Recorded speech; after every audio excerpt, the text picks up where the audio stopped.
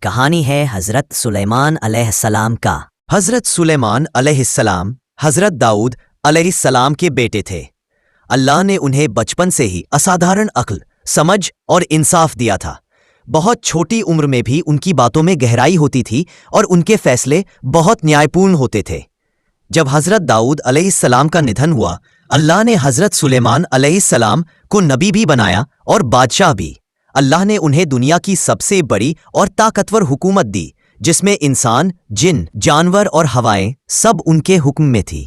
حضرت سلیمان علیہ السلام کو اللہ نے یہ چمتکار دیا کہ وہ پکشیوں، چینٹیوں، جانوروں اور جنوں کی بھاشا سمجھ سکتے تھے۔ ہوا بھی ان کے اشارے سے چلتی تھی۔ وہ ایک دن میں مہینوں کی دوری طے کر لیتے تھے۔ جن انہیں مانتے تھے۔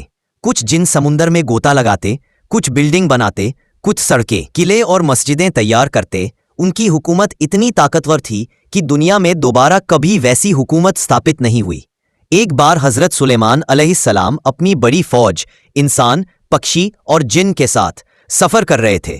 جب وہ ایک گھاٹی میں پہنچے تو ایک چینٹی نے دوسری چینٹیوں سے کہا، اپنے گھروں میں چلے جاؤ، ورنہ سلیمان کی فوج تمہیں کچل دے گی اور انہیں پتہ بھی نہیں چلے گا۔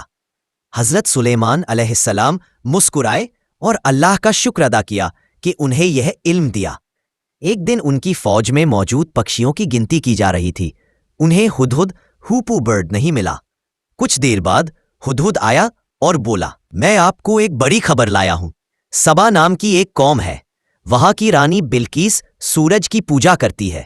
انہوں نے ہدہد سے کہا کہ رانی بلقیس تک ایک خط پہنچاؤ۔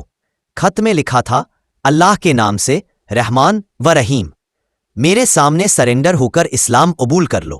رانی بلقیس نے پہلے اپنے سمجھدار منتریوں سے مشورہ کیا اور پھر حضرت سلیمان علیہ السلام کے پاس ہدیے بھیجے۔ لیکن سلیمان علیہ السلام نے کہا، اللہ نے جو مجھے دیا ہے وہ اس سے کہیں زیادہ ہے۔ حضرت سلیمان علیہ السلام نے پوچھا، کون بلقیس کا تخت میرے پاس لا سکتا ہے؟ ایک جن نے کہا، میں کچھ ہی دیر میں لے آؤں گا۔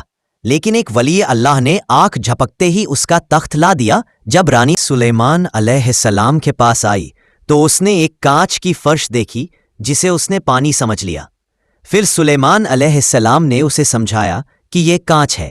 یہ دیکھ کر وہ بول اٹھی، میں دنیا کے رب اللہ کے آگے سرنڈر کرتی ہوں اور سلیمان کے ساتھ اسلام قبول کرتی ہوں۔ جن ان کی حکومت میں محل، قلعے، مسجدیں، پانی کے تالاب، بڑے بڑے شہر تیار کرتے تھے۔ سب سے مشہور عمارتوں میں بیت المقدس بھی شامل ہے۔